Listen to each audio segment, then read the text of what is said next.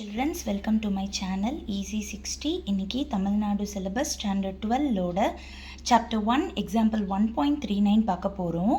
இங்கே பார்த்தீங்கன்னா balancing the equation அப்படின்னு சொல்லி கொடுத்துருக்காங்க. ஸோ நம்ம அந்த ஈக்குவேஷனை பேலன்ஸ் பண்ணுறதுக்காக ஒவ்வொரு இந்த ரியாக்டன் ப்ராடக்ட் கூடயும் x1, x2, x3, x4 அப்படின்னு சொல்லிட்டு நம்ம பாசிட்டிவ் இன்டீஜர்ஸை சேர்த்துக்கலாம். இப்போது நம்ம இந்த பாசிட்டிவ் இன்டீஜர்ஸோட வேல்யூவை கண்டுபிடிக்கிறது தான் இந்த சம்மோட கம்ப்ளீஷன். இப்போ இங்கே பார்த்தீங்க அப்படின்னா நம்ம equating the coefficients of carbon, hydrogen and oxygen பண்ண போகிறோம்.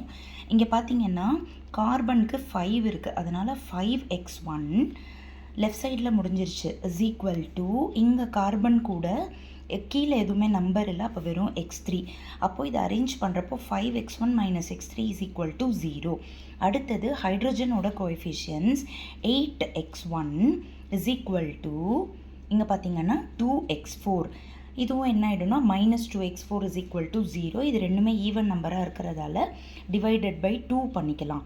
நெக்ஸ்ட்டு ஆக்சிஜனோட கோஎஃபிஷியன்ட் போகிறப்ப இங்கே ஆக்சிஜன் இல்லை, இங்கே வந்து 2x2 is equal to 2x3 plus x4 அப்படின்னு இருக்குது. ஸோ இப்போ இதுவும் அரேஞ்ச் பண்ண பிறகு இப்படி கிடைக்கிது. ஸோ நம்மளுக்கு கிடைச்ச first equation, second equation, third ஈக்குவேஷனை நான் எடுத்து ஆர்டராக அரேஞ்ச் பண்ணியிருக்கேன்.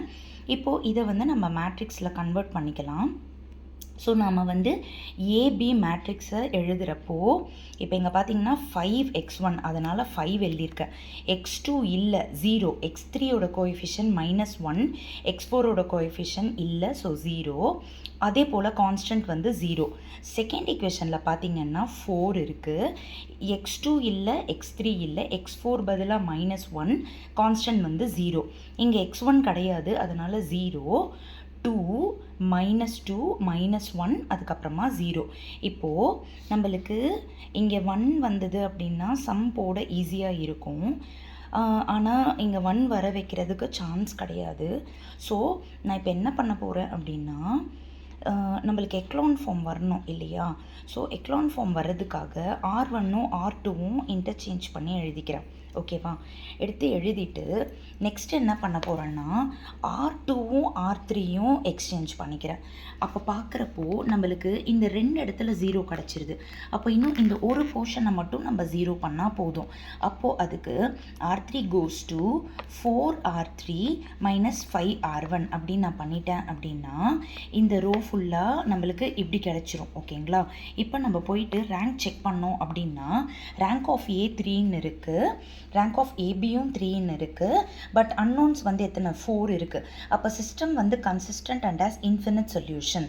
ஸோ இப்போ நம்ம இந்த லாஸ்ட் மேட்ரிக்ஸை மறுபடியும் ஈக்குவேஷன்ஸ் போல் எழுதிக்கலாம். So 4x1 - x4 is equal to 0, இது ஒரு ஈக்குவேஷன். அடுத்தது 2x2 - 2x3 - x4 is equal to 0. அடுத்தது -4x3 + 5x4 is equal to 0. இப்போ நம்ம வந்து அந்த சப்ஸ்டியூஷன் மெத்தட் பண்ண போகிறோம். இப்போ இங்கே பார்த்தீங்கன்னா 3 ஈக்குவேஷன் இருக்குது, ஆனால் 4 அன்னோன் இருக்குது. அதனால் x4 வந்து நம்ம t அப்படின்னு எடுத்துக்கிறோம்.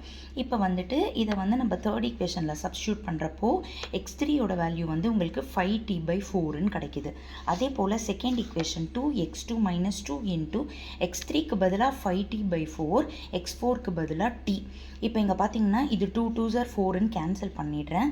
இப்போ இது ரெண்டுமே like terms, that is t டேர்ம்ஸாக இருக்கிறதுனால இது ரெண்டுமே அந்த பக்கமாக கொண்டு போயிட்டு எல்சிஎம் பண்ணிவிட்டு இந்த 2வை இந்த பக்கமாக கொண்டு வரப்போ x2ஓட வேல்யூ 7t/4ன்னு கிடைக்கிது. அதே போல் ஃபர்ஸ்ட் ஈக்குவேஷனில் போடுறப்போ 4x1 - t is equal to 0. அப்போ t அந்த பக்கமாக போயிடும், 4 அந்த பக்கமாக போயிடும்.